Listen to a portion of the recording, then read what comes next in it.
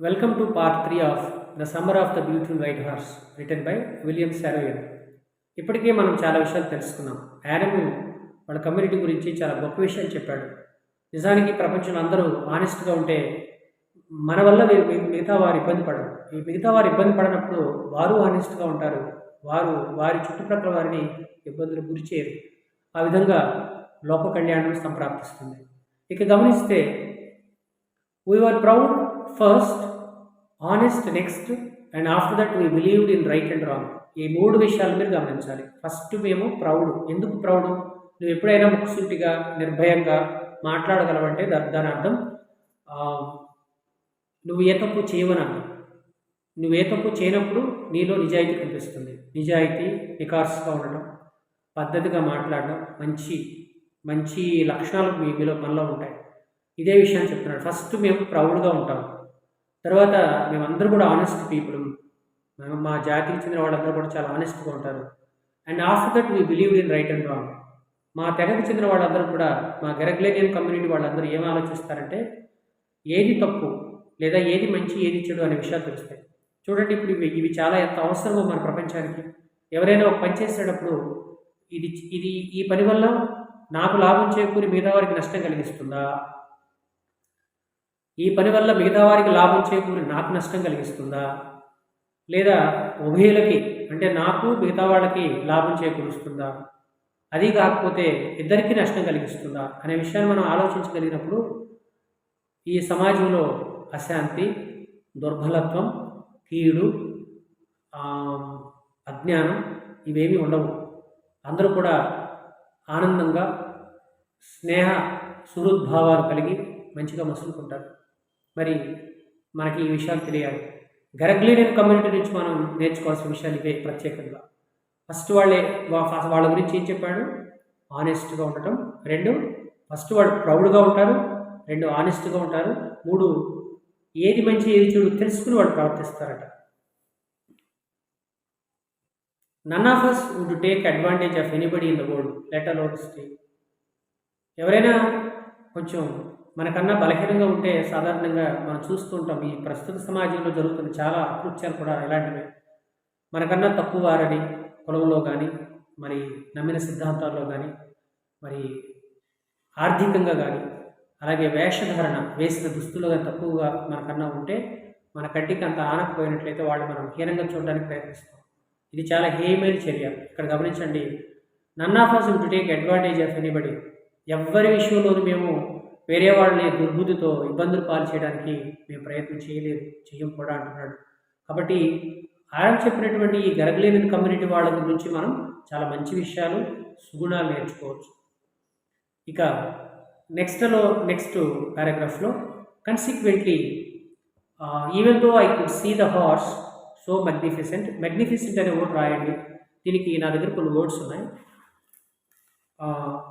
Magnificent అంటే మనకి Splendor అని, రెస్ప్లెండెంట్ అని, గ్రాండియర్ అని, impressiveness, glory, majesty, nobility, pomp, stateliness, elegance, sumptuousness, opulence, luxury, lavishness, richness, brilliance, dazzle, skill, వర్చువాసిటీ.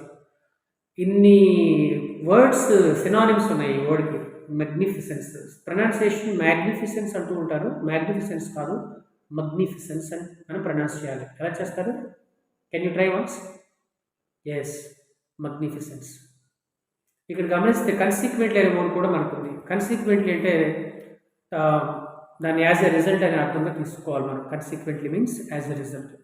Even though I could see the horse so magnificent, even though I could smell it so lovely, even though I could hear it breathing so exciting. చూడండి, నేను చూసినా కూడా నేను దాన్ని కొంచెం నిభాయించుకుని ఇది నిజమేనా అని నేను తేటకాలం నన్ను నేను ధృవీకరించుకోవడానికి, దృఢపరచుకోవడానికి దాన్ని నేను స్మెల్ చేసినప్పటికీ చాలా బాగుంది. నేను దాన్ని చూసినప్పుడు మెగ్నిఫిసెంట్గా ఉంది, అంటే రిచ్గా ఉంది. స్మెల్ చేసినప్పుడు లవ్లీగా ఉంది. దాన్ని అంటే అది సకిలించినప్పుడు నేను విన్నాను. విన్నప్పుడు నాకు అది తీసుకుంటున్నటువంటి శ్వాస, ఉచ్ఛ్వాస నిశ్వాసాలు అంటాం కదా, బ్రీదింగ్ ఇన్, బ్రీదింగ్ అవుట్, ఇవన్నీ కూడా ప్రాక్టికల్గా నేను అబ్జర్వ్ చేసినప్పటికీ కూడా అది చాలా ఎక్సైట్మెంట్గా ఉంది కూడా.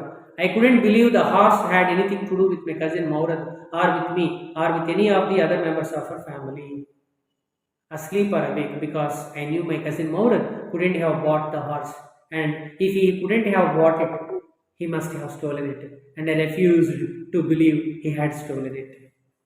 ఈ పారాగ్రాఫ్లో చాలా అర్థం ఉంది ఫ్రెండ్స్. ఇది చాలా చాలా ఇంపార్టెంట్. ఒక సింగిల్ సెంటెన్స్లో కామాలు పెట్టుకుంటూ వచ్చేసాడు రైటర్. చాలా పెద్ద మీనింగ్ ఇచ్చాడు ఇందులో. అక్కడి నుంచి మనం ఈ పారాగ్రాఫ్ అంతా ఒకసారి చూసుకోవాలి.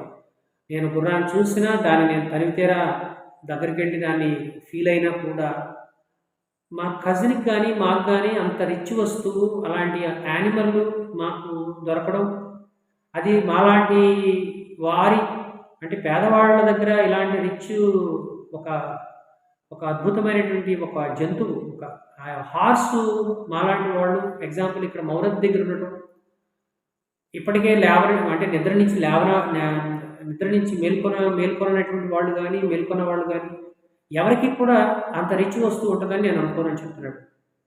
There is nothing to do with us. చివరికి ఉండటం అనేది పక్కా కదా, ఉండటం కన్ఫామ్ కదా. ఇక్కడ మా మౌరద్ దగ్గర ఇది ఉంది అంటే ఖచ్చితంగా మా స్థాయిని బట్టి నేను ఒక అంచనా వేయగలను, వీడు దాన్ని దొంగిలించి ఉండాలి. అది మొదటి ఛాన్స్. ఇక రెండవ ఛాన్స్, ఒకవేళ దాన్ని కొనాలి, దొంగిలించకపోతే కొనుండాలి. కొనడానికి నాకు తెలిసి వాడికి అంత కెపాసిటీ లేదు. ఎందుకంటే మా కమ్యూనిటీలో ఉన్నటువంటి మేమందరం కూడా పేదరికంలో చాలా మగ్గిపోతున్నాం.